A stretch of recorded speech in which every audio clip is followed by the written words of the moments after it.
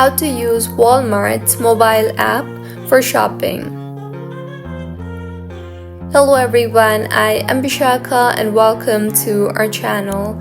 I will take you through the step-by-step process on how to use Walmart's mobile app for shopping.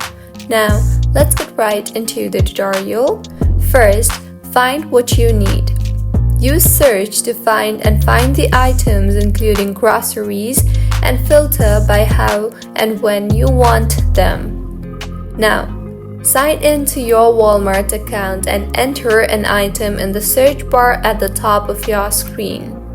On the search results page, filter by how and when you want to get the items. You can select either Needed Fast, which will use the filter to show items that are available for your time preference, and the other one is Pickup and Shipping, which will use this filter to show just the items that are available for your preference.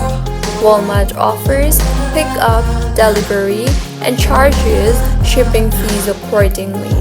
Walmart offers money services in store, so you can visit your store's money center or customer service counter for these services, that is, bill pay, money transfers, and cash checks.